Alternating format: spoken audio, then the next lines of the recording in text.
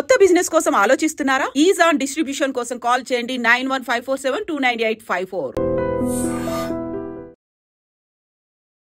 Welcome to iDream media. So జనరల్గా diabetes ఈ problem అనేది ఇబ్బంది పెడుతూ ఉంటుంది. ఇంట్లో ఇద్దరు ఉంటే ఒకరికి ఖచ్చితంగా డయాబెటీస్ ఇప్పుడు ఉంటున్న పరిస్థితి మనం చూస్తూ ఉన్నాము. ఎందుకు డయాబెటీస్ కేసులు పెరుగుతున్నాయి? November 14th world diabetes day జరుపుకుంటూ ఉన్నాము. మరి ఏం చెప్తున్నారు డాక్టర్లు? వివరాలు తెలుసుకుందాం. మనతో పాటు ప్రముఖ internal medicine specialist doctor Rajesh Shukla గారు ఉన్నారు. డాక్టర్ గారు నమస్తే అండి. నమస్తే అమ్మా. డాక్టర్ గారు, డయాబెటీస్ షుగర్ వ్యాధి బాగా పెరిగిపోయింది అంటే ఒకప్పుడు లేదా ఇప్పుడు నిజంగానే కేసులు పెరిగాయా? డెఫినెట్లీ ఇన్సిడెన్స్ ఆఫ్ కేసెస్ అయితే పెరిగాయి. స్టాటిస్టికల్ అనాలిసిస్ ఈ మధ్యకాలంలో చూస్తే 70% of working class population 70% of working class పాపులేషన్లో డయాబెటీస్ ఉందని గుర్తించారు. సో ఎందుకు వర్కింగ్ క్లాస్ గురించి చెప్తున్నానంటే, డయాబెటీస్ ఒట్టి తింటేనో ఊబకాయంతోనే కాకుండా వేరే ఫ్యాక్టర్స్తో కూడా ముడిపడి ఉంది. అందుకోసమే మీరు చెప్పిన ఈ November 14th world diabetic day, so దానికి ఈసారి థీమ్గా డయాబెటీస్ వెల్ బీయింగ్ అనేది తీసుకున్నారు. సో వెల్ బీయింగ్ అంటే ఒట్టి షుగర్తోనే కాదు, మానసికంగా శారీరకంగా అన్ని విధాల డయాబెటీస్ని కంట్రోల్ చేయాలి. ఒట్టి మందులు ఇవ్వడమే, తర్వాత డైట్ కంట్రోల్ చేయడమే కాకుండా ఈ రెండు కాంపనెంట్స్ కూడా యాడ్ చేసుకొని మొత్తానికి లైఫ్ స్టైల్ మొత్తం ప్రాపర్గా చేసే విధంగా ఈసారి world diabetic day celebration and theme కూడా అలా ఎస్టాబ్లిష్ చేశారు. సో ఐడియల్గా ఇన్సిడెన్స్ అనేది పెరుగుతుంది, కానీ అదేవిధంగా ఊబకాయం కూడా పెరుగుతూ వస్తుంది. ఊబకాయానికి షుగర్కి కనెక్షన్ ఉంది. ఎవరికైతే ఊబకాయం ఉందో రిస్క్ ఆఫ్ డయాబెటీస్ ఎక్కువగా ఉంటుందని ఇట్స్ అన్ ఎస్టాబ్లిష్డ్ ఫ్యాక్ట్. ఎవరికైతే హై కొలెస్ట్రాల్ ఉందో వాళ్ళకు కూడా డయాబెటీస్ రిస్క్, పర్టికులర్లీ ట్రైగ్లిజరైడ్స్ వల్ల డయాబెటీస్ మార్కర్ కింద కన్సిడర్ చేస్తాం. So consumption of junk food, processed food, high calorie diet, fatty food, sugary food, ఇవన్నీ కూడా రూట్ కాజ్ అయిపోయినాయి. అయితే చిన్నప్పుడు మీరు ఆహార పదార్థాలు తీసుకుంటే మహా అంటే బిస్కెట్ చాక్లెట్ ఉండేది, కానీ ఇంత amount of processed food consumption అనేది ఉండేది కాదు. మ్యాగీ కూడా బహుశా ఒక 20-30 years బ్యాకే వచ్చింది, దానికన్నా ముందు లేదు. సో ఇలాంటి ఫుడ్స్ తింటున్నప్పుడు, ఇలాంటి high calorie diet, high fat diet, highly processed diet ఇలాంటివి తింటున్నప్పుడు న్యాచురల్గా బాడీ మీద తీవ్రమైన ఒత్తిడి, దాని కారణంగా ఊబకాయం కారణంగా డయాబెటీస్. దీనికి తోడు ఈ వర్కింగ్ క్లాస్లో ఎఫెక్టివ్గా యాక్టివిటీ అనేది తక్కువ, చాలా తక్కువ మంది ఎక్సర్సైజ్ అనేది చేస్తున్నారు. దెన్ మానసిక ఒత్తిడి ఎక్కువ, నిద్ర లోపం ఎక్కువ. సో ఇవన్నీ ప్రెషర్స్ పెరిగేసి షుగర్కి ఈజీగా దారితీస్తుంది. దాని మూలాన ఇన్సిడెన్స్ ఆఫ్ డయాబెటీస్ చాలా ఎక్కువగా కనబడుతుంది. ఓకే, ఇప్పుడు డయాబెటీస్ అనేది వచ్చేసింది, అదేమీ రాకుండా లేదు, మనం ప్రివెంట్ చేయడానికి కూడా చాలా తక్కువ మంది ఉన్నారు. అంటే ఐడియల్ మెథడాలజీ పాటిస్తే ఒక హెల్దీ లైఫ్ స్టైల్ దీర్ఘకాలంగా మెయింటైన్ చేయగలిగితే డెఫినెట్గా డయాబెటీస్ని న్యాచురల్ పద్ధతిలో నివారించుకోవచ్చు. ఇప్పుడు ఏంటో రివర్సిబుల్ కాదు, రెమిషన్ అంటున్నారు ఏంటి డాక్టర్ గారు? రివర్సిబుల్ అనేది కంప్లీట్గా 100 to 0 చేసేది. రెమిషన్ అనేది ఏంటంటే వితౌట్ మెడిసిన్స్ ఐడియల్ డైట్స్తో మెయింటైన్ చేయడం. అదే ఉందా? రెమిషన్ అనేది ఎప్పటి నుంచో ఉంది, ఇది కొత్తగా వచ్చిన కాన్సెప్టే కాదు. ఆల్వేస్ మీరు డైట్ కంట్రోల్ చేసుకొని హెల్దీ లైఫ్ స్టైల్ మెయింటైన్ చేస్తూ ఎక్సర్సైజ్ యాక్టివిటీ కల్పించుకుంటే మీకు రెమిషన్లో ఉంటుంది డయాబెటీస్. డైట్ ఏం తిన్నా ఈ డయాబెటీస్ని అది వెళ్ళి ట్రిగ్గర్ చేస్తుంది, షుగర్ స్పైక్ అవుతుంది అని చెప్తూ ఉంటారు. అసలు ఏం తినాలి డాక్టర్ గారు వాళ్ళు? అంటే జాపనీస్లో ఒక సిద్ధాంతం ఉంది, అదేంటంటే ఆకలేస్తే తినండి, లేకపోతే తినొద్దు అని. కడుపు నిండుగా ఉంటే తినొద్దు అని. మనం అట్లా ఉండదు. పొద్దున కడుపు నిండుగా ఉన్నా కానీ బ్రేక్ఫాస్ట్ తింటాం, మధ్యాహ్నం అదే పని చేస్తాం, రాత్రి అదే పని చేస్తాం. మరి దానికి ఒక రెస్ట్ అనేది ఇవ్వాలి కదా. ఈ మధ్యకాలంలో చాలామంది ఇంటర్మీడియట్ ఫాస్టింగ్ అని మాట్లాడుతున్నారు.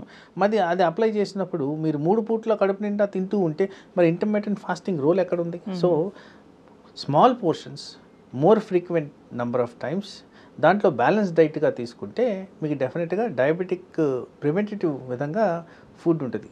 మనం జనరల్గా ఏంటంటే బహుశా ప్రతి ఒక్కరు పార్టీ అటెండ్ అవ్వగానే చాలా ఎక్కువ అమౌంట్ ఆఫ్ కన్జంప్షన్, అది కూడా highly processed calorie food like biryanis, fries ఇలాంటివి ఎక్కువగా తింటున్నారు, కూల్ డ్రింక్స్ ఎక్కువగా తీసుకుంటున్నారు. ఇలాంటివన్నీ కూడా ఎక్సెస్ అమౌంట్ ఆఫ్ క్యాలరీస్ ఉంటుంది. ఫుడ్ అంటే ఇదేగా అనిపిస్తుంది డాక్టర్ గారు. అది కూడా పక్క రోజు తినం కదా అన్నట్టు తింటారు, అది పెద్ద ప్రాబ్లం అయిపోతుంది. మీరు మిల్లెట్స్ తినమంటారు, తినము, తిన్నా 1 రోజు 2 రోజులు అంతే, ఎక్కువ రోజు తినలేకపోతున్నాం డాక్టర్ గారు. ఏదైనా కానీ ఇప్పుడు మాకు నచ్చింది తింటూ షుగర్ని తగ్గించుకోవాలంటే అట్లాంటిది ఏమైనా ఉందా? Small amounts. ఇప్పుడు మీకు నచ్చిందే, సపోజ్ చాలా మందికి బిర్యానీ అంటే ఇష్టం, బట్ ఆ మోతాదులు ఎంత ఉండాలి అనేది మనం ఆలోచించాలి. ఎందుకు ఈ ప్యాకెట్ మొత్తం తినాలి?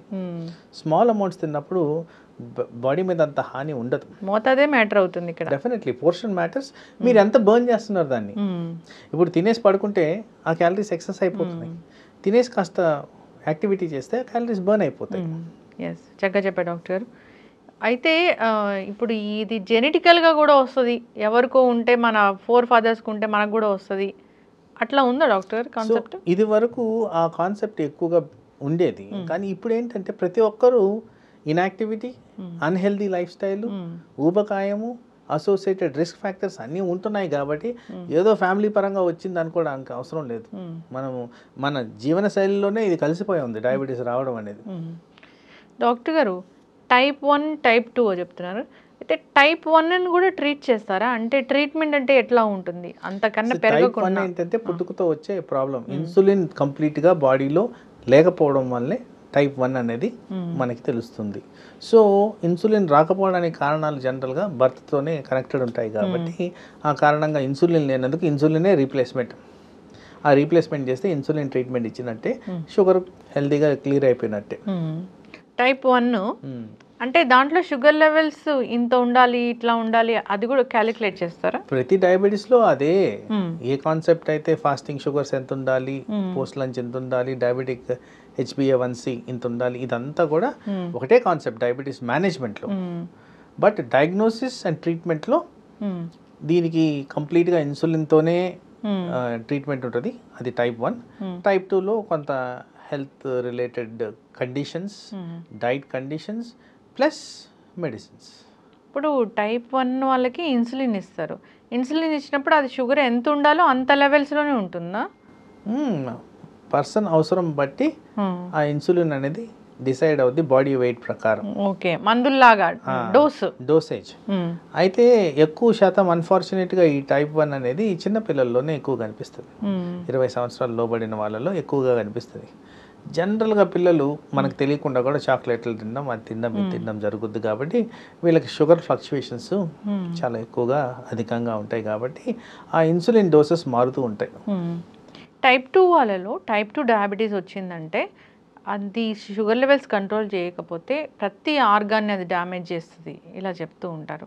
అంటే కిడ్నీల మీద ఎక్కువ ప్రభావం చూపిస్తుంది, కాళ్ళ మీద ఎక్కువ ప్రభావం చూపిస్తుంది. ఏం చూస్తున్నారు డాక్టర్ గారు? ఏ ఆర్గాన్ ఎక్కువ డ్యామేజ్ అవుతున్న పరిస్థితి చూస్తున్నారు, ఎందుకు అవుతుంది అట్లాగా? సో ఇక్కడ మనకు అర్థం కావాల్సింది ఈ డయాబెటిక్ కాంప్లికేషన్స్ ఏవైతే ఉంటాయో అవి బ్లడ్ సరఫరా ఎఫెక్ట్ చేసే విధంగా అవి స్టార్ట్ అవుతాయి. ఎక్కడైతే బ్లడ్ సరఫరా ఎక్కువగా ఉండదో అక్కడ ఎక్కువగా ఆ బ్లడ్ వెజల్స్ బ్లాక్ అయ్యేదానికి ఆస్కారం ఉంది. సో ఎక్కువ శాతం ఇలాంటి ప్రాబ్లమ్స్ ఉండేవి ఐస్ అండ్ కిడ్నీస్, ఇక్కడ ఎక్కువగా ఉంటుంది. ఎండ్ ఆర్టరీస్ అంటాం. ఇక్కడ ఈ బ్లాకేజ్ పెరిగే కొద్దీ డ్యామేజ్ అనేది కనపడుతూ ఉంటుంది. సహజంగా ప్రతి కణంలో షుగర్కి సంబంధించిన అబ్నార్మల్ డిపాజిట్స్, సార్బిటాల్ అంటాం, అవి డిపాజిట్ అవుతూ ఉంటుంది. అవి ఎక్కువ శాతంలో ఎక్కడైతే ఈ నారోడ్ బ్లడ్ వెజల్స్ ఉంటాయో, ఎక్కడైతే బ్లడ్ వెజల్స్ సరఫరా తక్కువగా ఉంటుందో అక్కడ ఈజీగా డ్యామేజ్ అనేది సృష్టిస్తుంది. జనరల్గా చెప్పేది ఏంటంటే ఒక్కసారి డయాబెటీస్ స్టార్ట్ అయిందంటే ఈ డ్యామేజ్ కూడా స్టార్ట్ అవుతూనే ఉంటుంది సైమల్టేనియస్గా. అంటే 7 దాటకపోయినా, ఏది దాటకపోయినా డ్యామేజ్ అనేది స్టార్ట్ అయ్యి ఉంటుంది.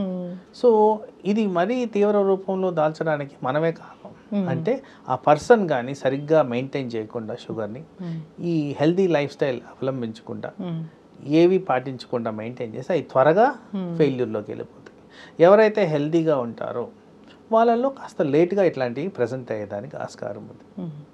సో అందుకోసం మేము ఎప్పుడు చెప్తాము, ప్రీ డయాబెటిక్ స్టేట్లోనే మీరు రియలైజ్ కాండిది, సీరియస్గా తీసుకోండి, అక్కడే మీరు నివారణ చర్యలు మొదలు పెట్టండి. అండ్ అవి కంటిన్యూ చేస్తే మీకు డయాబెటీస్లో వాడాల్సిన మెడిసిన్ పోస్ట్పోన్ చేయొచ్చు by at least 5 to 6 years. So 5 to 6 years మనము లైఫ్లో డయాబెటిక్ ఫ్రీ ఎక్స్టెండ్ చేస్తే కాంప్లికేషన్స్ కూడా తగ్గుతాయి. So idea of managing diabetes ఏదో ఫాస్టింగ్ షుగర్ ఇది అచీవ్ చేయాలి, పోస్ట్ లంచ్ షుగర్ ఈ లెవెల్కి తీసుకురావాలి అని కాదు.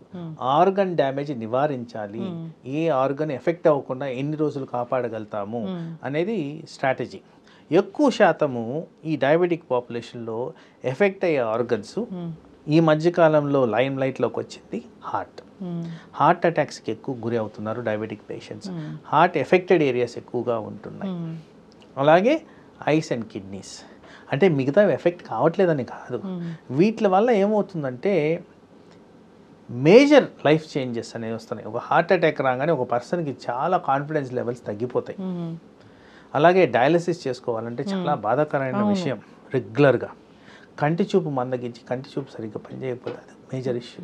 సో అట్లా ఇట్లాంటి ఇంపార్టెంట్ అవయాల మీద కాంప్లికేషన్స్కి దారితీస్తుంది. కాబట్టి వీటిని ప్రొటెక్ట్ చేసుకోవడం అనేది మనము first day of diagnosing diabetes నుంచి మనం వీటి గురించి ఆలోచించాలి. అదేదో 5 రోజులకి షుగర్ మెయింటైన్ చేశాను చాలు అనేది కాకుండా ఓవరాల్ నా లైఫ్లో ఈ అవయాలు ఎఫెక్ట్ అవ్వకుండా నేను ఏం చెయ్యాలి అనేది ఆ సైడ్ నుంచి మనం ఆలోచించాల్సిన అవసరం అయితే ఉంది. చక్కగా చెప్పాడు డాక్టర్ గారు. ఇప్పుడు HbA1c అంటే ప్రీ డయాబెటిక్ కండిషన్కి HbA1c ఎంత ఉంటుంది డాక్టర్ గారు? సో ప్రీ డయాబెటిక్ రేంజ్ అనేది HbA1c 5.7 నుంచి 6.5 మధ్యన ఉంటుంది. Okay. 6.5 above is diabetes, 5.7 below is normal. ఈ రెండుటి మధ్యన ఉండేది ప్రీ డయాబెటిక్ స్టేట్. అంటే HbA1c 5 నుంచే స్టార్ట్ అవుతుంది అసలు? 5 and బిలో, 5.3 అవన్నీ కూడా అవన్నీ నార్మల్ కింద కేటగిరైజ్ చేస్తాం. 5.7 వచ్చేసింది అనుకోండి, then it is prediabetic. Prediabetic patient వచ్చాడు డాక్టర్ గారు మీ దగ్గరికి, మందులా లైఫ్ స్టైలా? సో అగైన్ చాలా ఇంపార్టెంట్ క్వశ్చన్ ఇది. సో ప్రీ డయాబెటిక్ స్టేట్లో కూడా అవయాలు ఎఫెక్ట్ అయ్యి ప్రజెంట్ అవ్వడం గమనించాం. అంటే నర్వస్ సిస్టమ్ ఎఫెక్ట్ అవ్వడం గమనించాం. కొంతమందికి షోల్డర్ పెయిన్ వస్తుంది, ఫ్రోజన్ షోల్డర్ అంటాం, అది ప్రీ డయాబెటిక్ స్టేట్లో మేము గమనించాం. ఇవన్నీ డయాబెటిక్ ఫ్రీక్వెంటింగ్ కాంప్లికేషన్స్. ఇలాంటి బలహీనత కనిపిస్తున్నప్పుడు అంటే ఇక్కడ మనం అర్థం చేసుకోవాల్సింది no two individuals are similar. అవును. సో బాడీ ఒక్కొక్క విధంగా ఒక్కొక్కరికి పనిచేస్తుంది కాబట్టి వీళ్ళకి ఆ ప్రజెంటేషన్ స్టార్ట్ అయిపోయింది కాబట్టి అది డయాబెటిక్ రిలేటెడ్ కాంప్లికేషన్ కాబట్టి దెన్ అగ్రెసివ్ అప్రోచ్ అనేది ఉంటుంది. సపోజ్ ఏమీ లేదు, యాక్సిడెంటల్గా ఇలా కనిపించింది, వీళ్ళల్లో జనరల్గా మేము డైట్, ఎక్సర్సైజ్, దినచర్యలు ప్రాపర్గా అంటే లైఫ్ స్టైల్ అనేది ప్రాపర్గా మెయింటైన్ చేయండి, ఇవన్నీ చేస్తూ మీ షుగర్ లెవెల్స్ చెక్ చేసుకుంటూ అది అధిగమించకుండా అంటే 6.5 అబవ్ పోకుండా కాపాడుకోవడం, అది you can extend with practicality 6 to 7 years మనం 6.5 బిలో మెయింటైన్ చేయడం. చక్కగా చెప్పారు డాక్టర్ గారు. డాక్టర్ గారు ఇప్పుడు టెస్టులకి వెళ్ళేటప్పుడు చాలామంది అంటే ఫాస్టింగ్, పోస్ట్ బ్యాండ్రెల్ ఇలా ఉంటాయి కదా, అప్పుడు తినకుండా 2 రోజులు తినకుండా నార్మల్గా డైట్ మెయింటైన్ చేస్తూ వెళ్ళి టెస్టులు ఇస్తారు. అంటే మీరు చూసేది HbA1cయా లేకపోతే ఇదా? జనరల్గా నేనేం చెప్తాను అంటే మంత్లీ ఒక్కసారన్నా షుగర్ మానిటర్ చేసుకోండి. అది మీరు చెప్పినట్టే జరుగుద్ది. ఎందుకంటే ఏమీ తినకుండా ప్రాపర్గా భయంతో చేసుకుంటారు, తర్వాత తినేస్తారు, దాని ముందు తింటారు. ఒక్కసారైనా 3 months కానీ 6 months కానీ ఒక్కసారైనా HbA1c చేయించండి. దాంట్లో మీ నిజాలు బయట వస్తాయి, ఎంతవరకు ఇది కవర్ అవుతుంది అని. దాని క్రమంలో మేము ఎలా అడ్జస్ట్ చేయాలో అడ్జస్ట్ చేస్తాం. అయితే దీనికి భిన్నంగా ఈ మధ్యకాలంలో వచ్చిన రీసెంట్ అడ్వాన్సెస్లో కంటిన్యూస్ గ్లూకోజ్ మానిటరింగ్ అనేది వచ్చింది. ఇదేం చేస్తున్నారు 14 రోజుల వరకు ఒక యూనిట్ మనం పెట్టుకుంటే ఈ మానిటరింగ్ పర్పస్కి 14 రోజుల వరకు మనం మానిటర్ చేయగలుగుతాం. 14 రోజులు నోరు కుట్టేసుకొని ఎవరు ఉంటారు కదా, ఏదో ఒకటి తింటారు. సో దాంట్లో తెలిసిపోతూ ఉంటుంది ఎక్కడెక్కడ ఈ షుగర్ స్పైక్ అవుతుంది అనేది. సో ఇవన్నీ క్యుములేటివ్గా తీసుకొని ఒక రెఫరెన్స్గా మేము కన్సిడర్ చేయడం జరుగుతుంది. ఒక్క పాయింట్ ఆఫ్ 1 డే అనాలిసిస్ ఎప్పుడు కూడా కన్సిడర్ చేయం. ఇప్పుడు షుగర్ టెస్ట్లు అంటే ఫాస్టింగ్ 8 గంటలు ఖచ్చితంగా ఉండాలి డాక్టర్ గారు? ఐడియల్గా 8 hours and above. 8 hours and above ఉంటేనే అది కరెక్ట్. ఇప్పుడు షుగర్ టెస్ట్కి వెళ్ళినప్పుడు అంటే మీరు రాస్తారు ట్యాబ్లెట్స్, ఆల్రెడీ ట్యాబ్లెట్స్ వాడుతూ ఉన్నారు, ట్యాబ్లెట్ వేసుకోవాలి కదా? ఫాస్టింగ్ శాంపుల్కి ట్యాబ్లెట్ వేసుకోవాల్సిన అవసరం లేదు. పోస్ట్ లంచ్ శాంపుల్కి ట్యాబ్లెట్ వేసుకోవాలి. ఓకే. తిన్న తర్వాత ఎంత టైంలో వెళ్ళాలి? ఆఫ్టర్ 2 hours ఆ టెస్ట్ అయ్యేటట్టు మీరు ప్లాన్ చేసుకోవాలి. తిన్న 2 hours, తిన్న 2 hours ఐడియల్గా లంచ్ టైం తీసుకుంటే మంచిది. ఎందుకంటే ఈటింగ్ అనేది ఎక్కువగా ఉంటుంది కాబట్టి ఆ టైంలో ఫుడ్ కంటెంట్ ఎక్కువ ఉంటుంది కాబట్టి. లంచ్ తర్వాత బ్రేక్ఫాస్ట్ కొంతమందికి ఇడ్లీ నచ్చొచ్చు, కొంతమంది పూరి తినొచ్చు, కొంతమంది దోశ తినొచ్చు, వేరియబిలిటీ ఎక్కువ ఉంటుంది. లంచ్లో ఉండబోయేది రైసే, ఆ రైస్తో పాటు సాంబారు రసాలు తీసుకుంటారు, అది కామన్గా ఉంటుంది, అందరికి కామన్ ఉంటుంది. అందుకోసం ఆ టైంలో తీసుకుంటే మీకు వాల్యుయేషన్ పరంగా కరెక్ట్గా వస్తుంది. ఎస్, చక్కగా చెప్పారు డాక్టర్. డయాబెటిక్స్ అసలు ఫుడ్ అనేది వాళ్ళకి ఒక మేజర్ ప్రాబ్లం అయిపోతుంది. ఎప్పుడైనా షుగర్ క్రేవింగ్స్ ఉండవా డాక్టర్ గారు? కొంచెం తింటే కూడా అది మ్యాటర్ అవుతుందా? సో బేసిక్లీ ఏంటంటే ప్రసాదాన్ని ప్రసాదంలాగా తింటే ప్రాబ్లం లేదండి. అలా మెయింటైన్ చేసేవాళ్ళు చాలా తక్కువ. దొరికింది కదా ఛాన్స్ అని తినేస్తారు. అయితే మన బాడీలో బ్రెయిన్ అనేది చాలా సెన్సిటివ్. ఒక్కసారి మీరు షుగర్ అలవాటు చేస్తే క్రేవింగ్ ఫర్ షుగర్ని పెంచుద్ది, పర్టికులర్గా డయాబెటిక్ పాపులేషన్. ఎందుకంటే వాళ్ళు ఇన్ని రోజులు స్టార్వ్ అయిపోయి ఉంటారు షుగర్ లేకుండా. సో ఆ క్రేవింగ్ మూలాన్ని ఏం చేస్తారు, ఈవెన్ పెద్దవాళ్ళైనా కానీ చిన్నపిల్లల్లాగా బిహేవ్ చేస్తారు. దాచుకొని తినేయడం, ఎక్కడెక్కడో దాచిపెట్టిన సబ్స్టెన్స్, అన్టైమ్లీ ఫుడ్ అంటే మధ్యరాత్రి ఫ్రిడ్జ్లో వెతుక్కొని తినడం, ఇలాంటివి ఎక్కువగా జరుగుతాయి. కాబట్టి షుగర్ని అవాయిడ్ చేయడమే బెటర్. ఎందుకంటే దాని కారణంగా ట్రిగ్గర్ అవుతుంది మీ షుగర్ డ్రైవ్ అనేది, అది తగ్గించుకుంటే బెటర్ కదా. ఇప్పుడు ఏదో డిఫరెంట్ షుగర్స్ వచ్చాయి, అది షుగర్ కాదు అని చెప్తున్నారు, అవి అంటే బేసిక్లీ ఇప్పుడు ఏమవుతుందంటే ప్రతి సబ్స్టెన్స్లో అడల్ట్రేషన్ అనేది ఎక్కువ ఉంటుంది. సో ఆ సబ్స్టెన్స్ ఏవైతే రికమెండ్ చేస్తున్నారో ఆల్టర్నేటివ్ ఫర్ షుగర్స్, ఈ షుగర్ ఫ్రీ ట్యాబ్లెట్స్ అనేవి అవి కూడా హార్మ్ఫుల్లే. అందుకోసం లాంగ్ టర్మ్లో అవి మంచివి కాదు. సో ఆల్వేస్ అలవాటు చేసుకోవడమే. వితౌట్ షుగర్ కొద్ది రోజులు మీకు కష్టపడతారు, కానీ న్యాచురల్గా యాక్చువల్లీ మిల్క్ అనేది న్యాచురల్ స్వీట్ ఉండేది, న్యాచురల్గానే స్వీట్ ఉండేది. మనం ఎక్కువ షుగర్ వేసుకొని దాని స్వీట్నెస్ పెంచుకుంటున్నామే, కానీ ఇదే అలవాటు చేసుకుంటే అదే స్వీట్గా మీకు అనిపిస్తుంది. స్వీట్ స్వీట్ స్వీట్ మొత్తం అంటే ఒబెసిటీ కావచ్చు, మిగతా ఏదైనా కానీ దీని విషం కన్నా ఈ స్వీట్ ప్రమాదం అని చెప్తున్నాడు డాక్టర్. పాయిజన్, సింప్లీ పాయిజన్, ఇంకేం లేదండి. ఎందుకంటే మీరు ఏవైతే ఈ సోడా డ్రింక్స్ ఉన్నాయో, కూల్ డ్రింక్స్, వీటిలో ఎనార్మస్ అమౌంట్ ఆఫ్ షుగర్ ఉందని scientific analysis and lot of social మీడియాలో ఇది నెట్వర్కింగ్ అవుతుంది. అయినా కానీ అవి ఆపుతున్నారా? తాగుతూనే ఉన్నారు. సో వాటి వల్ల మేజర్ ప్రాబ్లమ్స్ రాబోయేది ఇలాంటి కండిషన్సే. ఇప్పుడు కొత్తగా వచ్చిన మందులు ఏంటి, కొత్తగా వచ్చిన ట్రీట్మెంట్స్ ఏంటి షుగర్ తగ్గించుకోవడానికి? సో బేసిక్లీ ఏంటంటే ఇప్పటి వరకు టాబ్లెట్ ఫామ్స్లో చాలా ఎక్కువగా వాడుతున్నాము. ఇప్పుడు వీక్లీ ఇంజెక్షన్స్ అనేవి కొత్తగా లైమ్ లైట్లోకి వచ్చాయి, కానీ కాస్త ఎక్స్పెన్సివ్ ఉన్నాయి. ఒకసారి మొదలు పెడితే లాంగ్ టర్మ్గా వాడాల్సిన అవసరం ఉంది. మధ్యలో మానేస్తే రివర్సిబుల్ ఎఫెక్ట్స్ ఉండేదానికి ఛాన్స్ ఉంది. సో ఈ మధ్యకాలంలో వచ్చిన ఇంజెక్షన్స్లో ట్రెజిపెరిటైడ్ అంటాం, అది కాస్త లైమ్ లైట్లోకి ఎందుకు వచ్చిందంటే వెయిట్ రిడక్షన్లో బాగా పనికి వస్తుంది. సో అందుకోసం ఆ ట్యాబ్లెట్స్ని, ఆ ఇంజెక్షన్స్ని బాగా అవేర్నెస్ అడుగుతున్నారు. కానీ ఎక్స్పెన్సివ్ మూలాన, అఫోర్డబిలిటీ మూలాన అంత ఎక్కువగా వాడలేకపోతున్నాం. మెడిసిన్స్ ఉంటే కొత్తగా వచ్చినాయి, మెడిసిన్స్ కూడా కొన్ని కొత్తగా వచ్చినాయి, కానీ అవి ఆల్మోస్ట్ ఇప్పటికి 3-4 years నుంచి వాడుతున్నాం కాబట్టి అవి ఆల్మోస్ట్ అందరూ కూడా వాడడం మొదలు పెడుతుంది. ఈ మధ్యకాలం లైమ్ లైట్లోకి వచ్చింది ఈ ఇంజెక్షన్స్.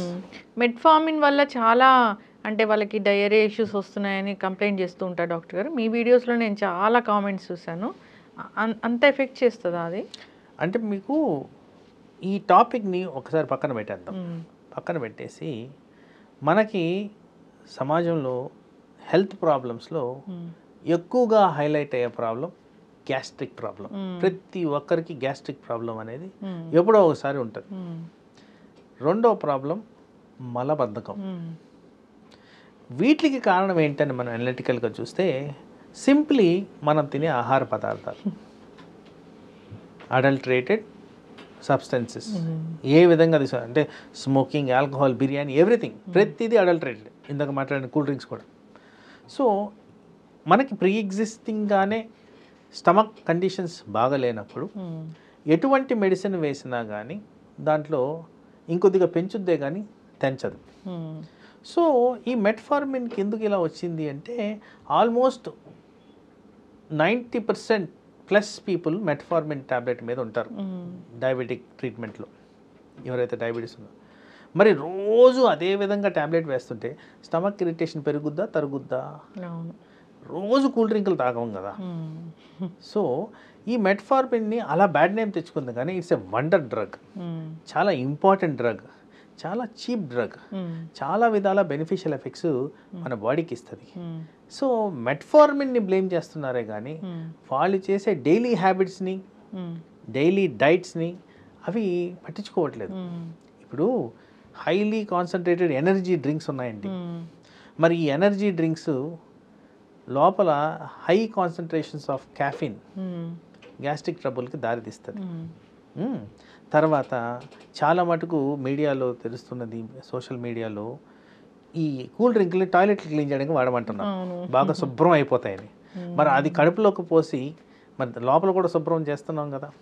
సో ఆ కారణంగా కూడా మనకి గ్యాస్ ట్రబుల్ వస్తుంది కదా. సో ఐ డోంట్ థింక్ మెట్ఫార్మిన్కి అంత బ్యాడ్ రెప్యుటేషన్ ఇవ్వాలండి. Metformin is very good drug. It helps lot of diabetic population. మిగతా అలవాట్లు కంట్రోల్ చేసుకుంటే, ఇది వేసుకుంటే మీకు ఐబిఎస్ ఇలాంటి ఇష్యూస్ రావు అని అంటే, అంటే ఇప్పుడు జాగ్రత్తలు అంటే ఏముంటాయి డాక్టర్ గారు? ఆ ట్యాబ్లెట్ వేసుకున్నారు, వాళ్ళకి డయేరియా ఇష్యూస్ రాకూడదు అంటే ఒక 2 జాగ్రత్తలు చెప్పండి. సో జనరల్గా ఏంటంటే ఈ స్టమక్ సెన్సిటివిటీని తగ్గించాలి. సో ఇప్పుడు ఒక రోజులో మార్నింగ్ టు ఈవినింగ్ మనం తినే ఆహార పదార్థాలు కానీ, కాఫీలు, టీలు కానీ, వీటిలో చాలా మటుకు గ్యాస్ట్రిక్ ఇరిటెంట్స్ ఉంటాయి. చాలా మటుకు. పర్టికులర్గా చెప్పాలి అంటే తలనొప్పి అనగానే వెంటనే ఆ కౌంటర్ దగ్గరికి వెళ్ళిపోయి ఒక ట్యాబ్లెట్ కొనుక్కొని వేసుకుంటారు. అది నాకు అవసరమా, నేను చేసుకోవచ్చా, వాడకూడదా, ఇవన్నీ ఆలోచించరు. మరి ఇట్లాంటివన్నీ లోపల ట్రిగ్గర్ చేస్తూనే ఉంటాయి కాన్స్టెంట్గా. ఈ మధ్యకాలంలో ఫ్యాటీ లివర్ అనేది ఎక్కువ ఉంది, ఎందుకంటే ఊబకాయం ద్వారా అది ఎక్కువగా కనబడుతుంది. ఫ్యాటీ లివర్ మూలన అజీర్ణం అనేది ఎక్కువగా ఉంటుంది. మరి ఇలాంటి ప్రీ కండిషన్స్ని మనం కానీ నివారించుకుంటే మెట్ఫార్మిన్ ద్వారా వచ్చే సైడ్ ఎఫెక్ట్స్ ఈజీగానే మనం నివారించుకోవచ్చు. తర్వాత స్టమక్ ఇరిటేషన్ తగ్గించే విధానాల్లో ఈ masala, spicy, oily, chilli, processed, baked ఇలాంటి ఫుడ్స్ అన్నీ అవాయిడ్ చేయడం మంచిది. తర్వాత ఏవైతే స్టోర్డ్ ఉంటాయో, అంటే ఇది 3 నెలల వరకు పెట్టుకోవచ్చు, నిల్వ ఉంచవచ్చు అనే వాటిల్లో పర్టికులర్గా చిన్న క్వశ్చన్ మిమ్మల్ని అడుగుతా. బిస్కెట్ గురించి మీ ఒపీనియన్ ఏంటి? మనం నార్మల్గా తినే బిస్కెట్ ఇది మైదా ఉంటుంది, చాలా ఆయిల్ ఉంటుంది, చాలా షుగర్ ఉంటుంది. సో మీరు ఇలా చెప్పగలుగుతా సైంటిఫిక్ అనాలిసిస్ దాని మీద చేసుకుంటే 17 విధాలుగా అనర్థాలు బాడీ మీద చూపిస్తుందంట ఇది biscuit. Then high concentrations of salt and sugar, 2 హాని మనకి. మరి ఇవి చాలా రెగ్యులర్గా టీతో ముంచుకొని తింటారు మన వాళ్ళు. సో ఇవన్నీ కూడా ఇరిటేట్ చేస్తున్నాయి కదా. వై మెట్ఫార్మిన్ ఒకటే మనకు కనిపిస్తుంది, మిగతా ఎందుకు కనపట్లేదు?